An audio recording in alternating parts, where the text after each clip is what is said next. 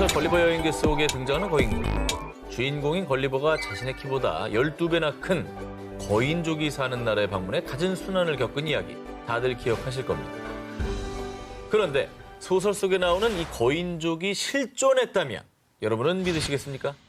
뭐 또 그 얘기 하려고 그러는 거 아니에요? 그 북극의 지하로 내려가는 구멍이 뚫려 있어서 글로 내려갔더니 거인족이 살고 있다고 지난주에 했던 거잖아요. 자, 우리가 공룡을 단 한 번도 실제로 본 적이 없지만 공룡이 존재했다는 사실은 화석을 통해 알잖아요. 그렇죠. 자, 그런데 이 거인족의 화석이 발견됐습니다. 정말? 발견되면 믿을 수 있는데. 화석입니다. 야, 여러분. 이거는 증거 아니에요, 이게? 증거죠. 2012년 남아프리카 공화국과 스와질랜드 국경 사이에 위치한 음팔루지 마을 인근에서 탐험가인 마이클 텔링거가 이 거대한 발자국 화석을 발견한 건데요. 이야, 발이 사람 키만 하네. 그 진짜 사람 발자국 모양인데?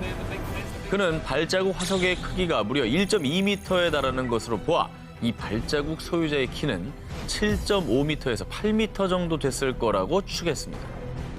아무리 커도 사람 발 크기가 30cm잖아요. 그러니까. 근데 저게 1.2면은 와 거의 초등학생 키만큼 발이 크다는 건데? 와 그럼 거인족이 진짜 있었다는 건가? 탐험가 텔링거는 이 거인족 발자국 화석을 공개하면서요. 이 발자국이 찍힌 화강암 화석은 최소 2억 년 전, 최대 30억 년 전에 생겼을 것으로 추측됩니다. 아니 2억 년이랑 30억 년은 너무 차이가 큰데요? 어차피 그리고 화강암 화석이라는데 네.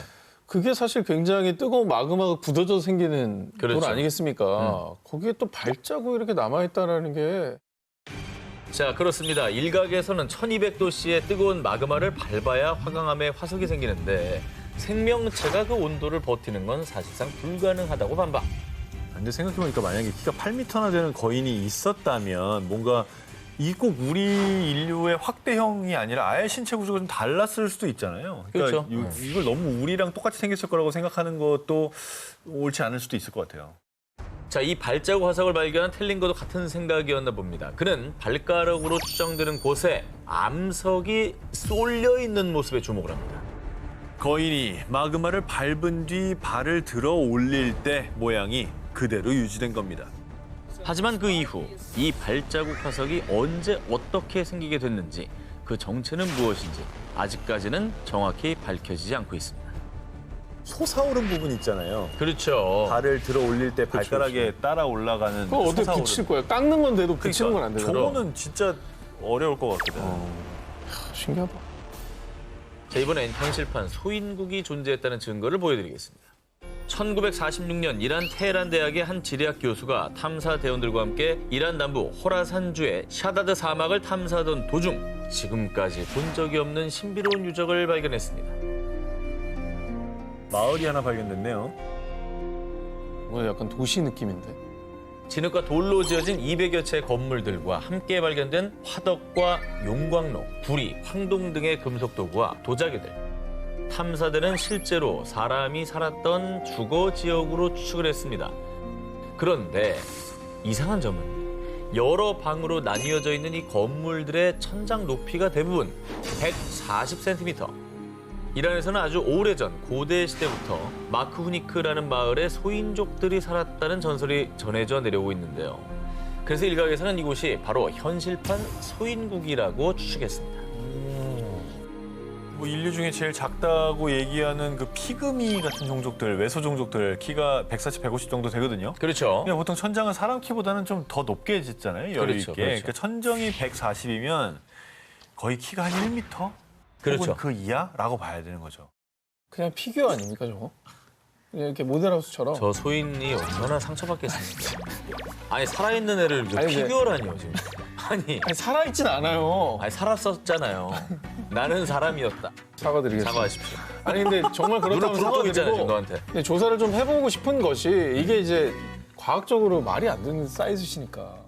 자 그런데 말입니다. 2005년 소인국 가설을 뒷받침해주는 결정적인 증거가 이곳에서 발견됩니다. 이 유적의 유물을 밀매하려던 도굴꾼들이 이란 경찰에게 발각되는 사건이 발생했는데요. 도굴꾼들이 훔친 유물 가운데 인간의 형체를 한 미이라가 발견됐고요. 과학수사연구소에서 조사 분석한 결과 17살 남성의 것으로 추정. 그런데 정말 놀라운 사실은 그 유골의 크기가 고작 25cm였다는 것입니다. 아니, 17세면 다 큰 거 아니에요? 25면 와 너무 적은데. 자, 그리고 이란의 인류학자 수잔 마르티네즈 박사는 미라는 마크 후니크 소인족들의 후손이 분명합니다. 그리고 이후 후속 연구가 이어진 끝에 2005년에 발견됐던 25cm 크기의 미라는 약 400년 전에 사망한 미수가였다고 발표. 이란의 소인국 전설은 다시 미궁 속에 묻히고 말았습니다. 근데 결국은 집이 있다라는 건 네네. 그 안에 누가 살았다는 거잖아요. 당연하죠. 그럼 104cm의 주거적인 일단 누가 살았다는 거지? 이게 결국에는 그게 증명돼야 될 것 같아요. 거대 발자국 화석을 남긴 거인과 주거 유적을 남긴 소인. 과연 그들은 먼 옛날 언젠가 이 지구에 실존했던 걸까요? 이번엔 2019년 4월 30일 인도 군이 공식 SNS 계정에 공개한 충격적인 사진 먼저 보여드리겠습니다. 이 뭐야? 저 뭐 발자국이 지나갔죠? 그죠. 툭툭툭툭 이렇게 찍혀서 간 거 아니에요? 근데 아래에 있는 게 너무 큰데. 엄청 큰 발자국이죠. 근데 저 정도 뭐 코끼리? 인도에 코끼리 살잖아요. 곰? 그리고 인도군이 이 거대 발자국 사진과 함께 남긴 글.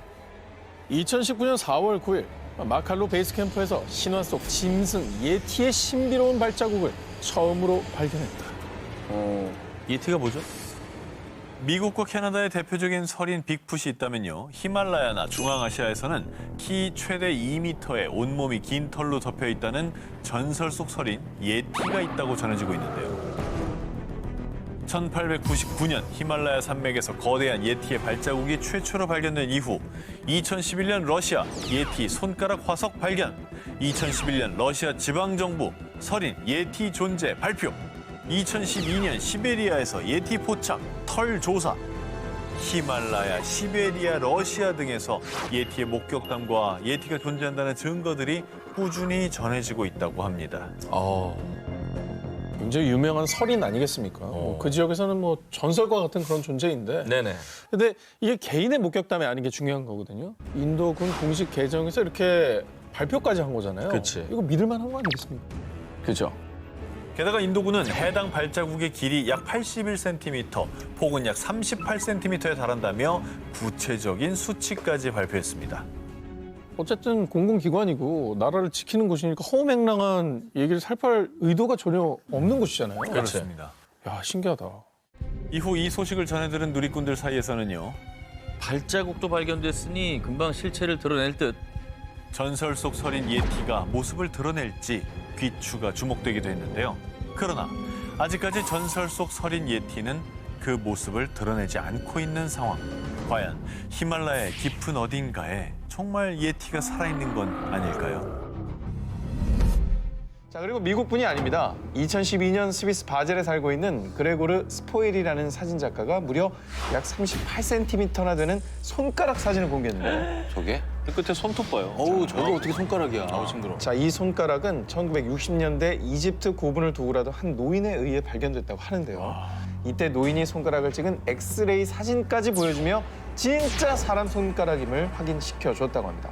사진 속 손가락이 정말 사람의 손가락이라면 유추된 키가 무려 5m는 될 거라고 합니다. 정말 놀라운 크기인데요. 마지막으로 아프리카의 스와질란드 국경 근처의 한 마을에서 정말 미스터리한 흔적 하나가 발견됐는데요. 저거 봐, 밟아. 응? 저게 발바닥이라고요? 엄지발가락이죠. 저기 그러네. 찍힌 저기 있죠. 크기는 무려 120cm, 웬만한 초등학생 키 정도 크기인데요. 알려진 바에 따르면 발자국이 찍힌 화강암의 측정 연대가 무려 2억에서 3억 년 전이라고 합니다. 네. 참고로 이러한 증거를 보고도 거인의 존재를 믿지 않는 사람들은요. 거인의 유골이라고 발견된 것들은 실제는 말단 비대증, 즉 성장 호르몬이 과잉 분비되면서 신체 말단의 뼈가 과도하게 증식한 환자들의 유골이라고 주장을 하는데요. 과연 이렇게 세계 곳곳에서 발견되는 거인의 흔적들, 사실 한석준 씨 정도면 사실 거인 축에 좀 들어갑니다. 한석준 씨가 거인이에요. 예, 예. 네. 키가 184. 189 정도 됩니까? 4예요. 184. 사예요? 네. 아니 본인 분량을 위해서 키를 뻥튀기를 아니, 키가 되게 커 보이잖아. 키가 184라는데 정말 악물고 잔뜩이야 진짜. MSG를 알고 왔어. 다 그냥 쏟아 쳐줘야 부어 아주 돼. 그냥. 저도 자, 이번에 소개해드릴 그 누군가는 직접 자기소개를 한다고 합니다. 잘 듣고 누군지 맞춰보십시오. 난 주로 사람들의 눈을 피해 최대한 숨어 살고 있죠. 나 근데 조심한다고 했는데 300번 넘게 사람들 눈에 띄었지 뭡니까? 아무래도 키가 2m가 넘고 전 기자님처럼 몸에 털이 많다 보니 자주 목격된 것 같아요. 여러분, 나는 누구일까요? 설인? 바야바. 바야바 기억나요? 자기소개처럼 이 특출난 외모 때문에 목격된 빈도수가 비교적 많은 이 전설 속의 괴물은요. 1960년대부터 1994년 미국 워싱턴, 2007년 미국 엘러게니 국립공원, 2010년 캐나다 온타리오 등등 주로 미국과 캐나다 로키 산맥을 중심으로 수십 년 동안 목격담이 속출했습니다.